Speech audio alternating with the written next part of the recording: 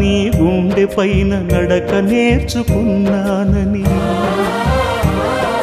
నీ చూపుడు వేలితో లోకాన్నే చూశానని నాన్నను పూజిస్తే ఆది దేవుని కది అందునని అమ్మకు బ్రహ్మకు మధ్యన నాన్నే ఒక నిచ్చెనని తెలియనైతి తండ్రి ఎరుగనైతి నాన్న నాన్నంటే నడిచే దేవాలయమని మరచితిని ఆత్మజ్యోతి చేతుల ఆర్పివేసుకుంటిని మరచిపోయి కూడా నన్ను మన్నించొద్దమ్మా కలనైనా